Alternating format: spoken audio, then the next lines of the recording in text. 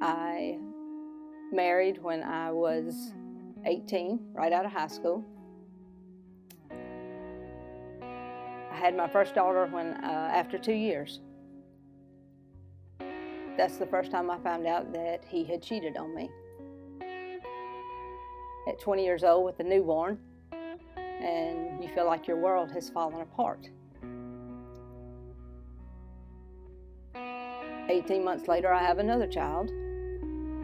We lose our jobs, working for his father. And at this point, we begin to travel around the country. We moved to Georgia and to Florida, eventually even up to Ohio. And all this time, there's always someone else in the background. It really took a toll on my self-worth, my confidence in myself, and the ability to think that I was worth anything. I was surviving to raise my children. So finally, after moving around for 4 or 5 years and living in Ohio and rolling change to be able to afford to buy food for my kids, I finally told him I was going back home. Shortly after we came home, my third child was born. And I still knew that there was more to life. So I started going to a Baptist church in Tupelo. Graciously, in October of 1991, the Lord saved my soul. And from there, I knew what it meant to be loved, to have peace about myself, to know that even though I wasn't the perfect wife, that the feelings about myself that I had weren't all self-inflicted. That there was no way that a God as great as He was wanted me to live my life with an unfaithful spouse. There had to be a better life for me. And so in the beginning of 1993, we divorced. Well, not long after that, after my divorce was final, Jeff Martin walks into my life. I had 3 children. He had 3 children. So we married later in 93, and at the beginning we raised 6 kids in a single wide trailer. But I was at peace. I knew this man loved me, and I knew that I was where I was supposed to be. We attended a Baptist church down the road from where we lived. We were youth directors, song leaders. I was the secretary in the church. The kids were in church every time we opened the doors.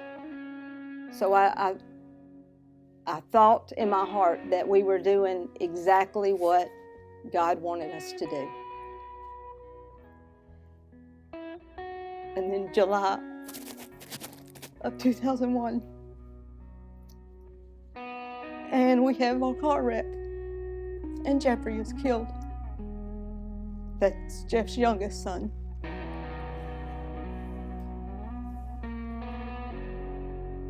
We defined life a long time as before the wreck and after the wreck. And it was definitely a pivotal time in our lives. You don't want to blame God, but you always want to ask the question, why? Why did you take this child?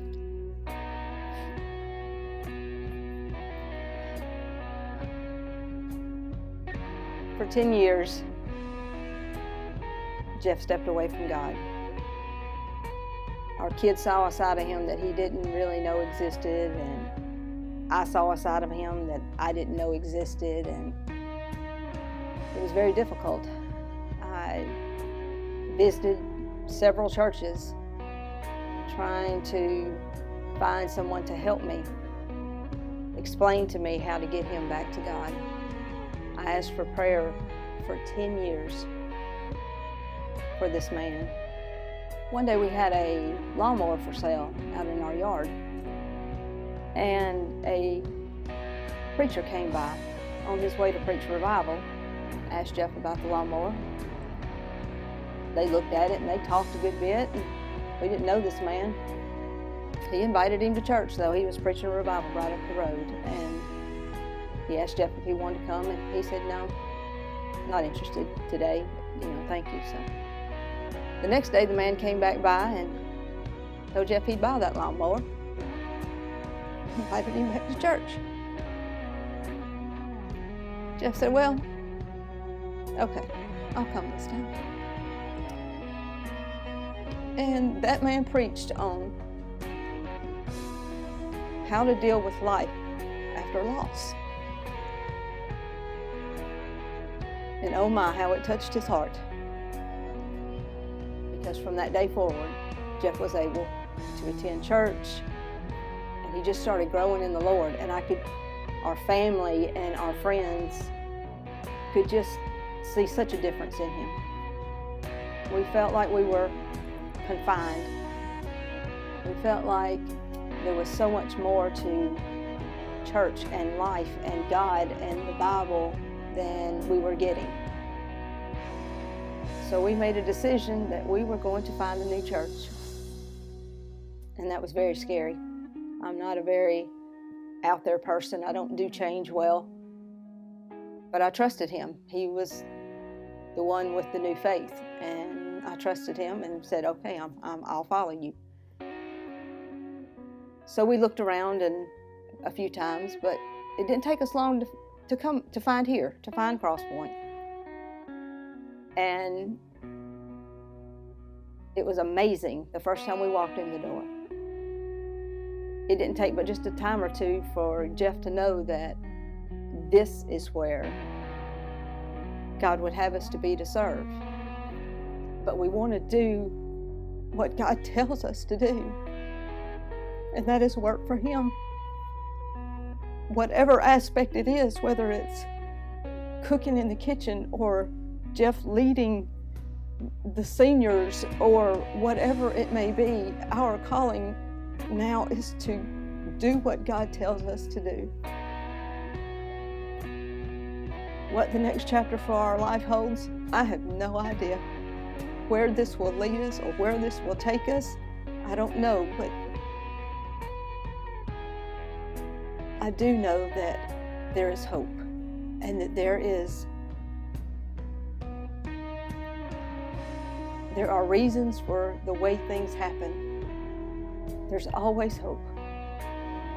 But you have to have faith in the Lord for that hope to be prominent in your life, for you to know that it's going to be there.